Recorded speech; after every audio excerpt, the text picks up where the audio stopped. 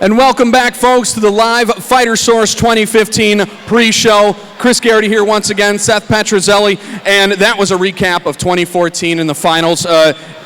Awesome fights, awesome champions that were created last year, and from what we've already seen from the fights here tonight, I think we're going to even have some better champions than last year. Folks, we've got a very special guest here. We talked about him a little bit in our intro here. He is the president of the ISKA, our new sanctioning body. It's going to cover all of the events that we run this year in 2015.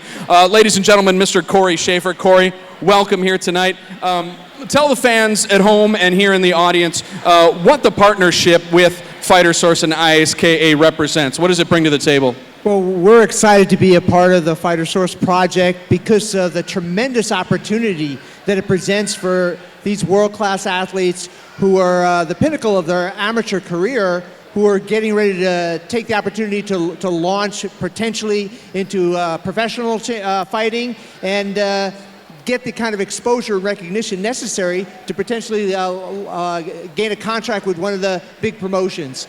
So for us, we're all about creating the biggest possible stage for amateur athletes, safe, fair, let them create opportunities for themselves to succeed in the future.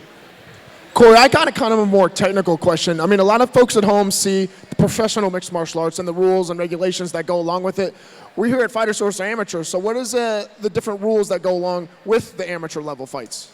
Well, the contest will proceed according to the unified amateur rules of mixed martial arts, which are very, very similar, but offer elements that will increase the safety of the fighter because they are amateur athletes. The restrictions are that there's no elbow strikes, there's no knee strikes to the head. Those two things should significantly reduce the likelihood of getting cuts. Also, regarding submissions of the legs, there's no twisting leg submissions, which better protects the knee joints and the ankle joints, because these are amateur athletes and we want to be able to safely extend their career.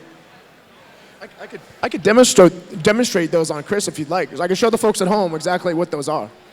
Chris does not like twisting leg submissions either. That's why I've kept my amateur status, and I don't like being punched in the face, so we're going to keep it that way.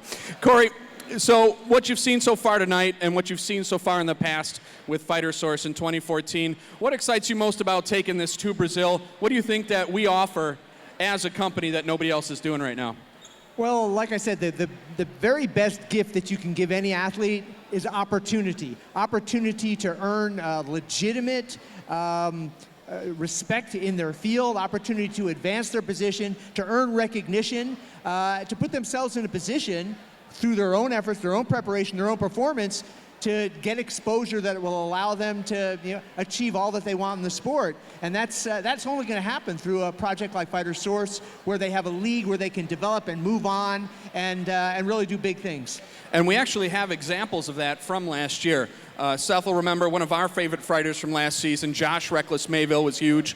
And another fan favorite from the South, where we're going to be talking to him in a little bit, Chris the Frustrator Francis. Both guys are turning pro.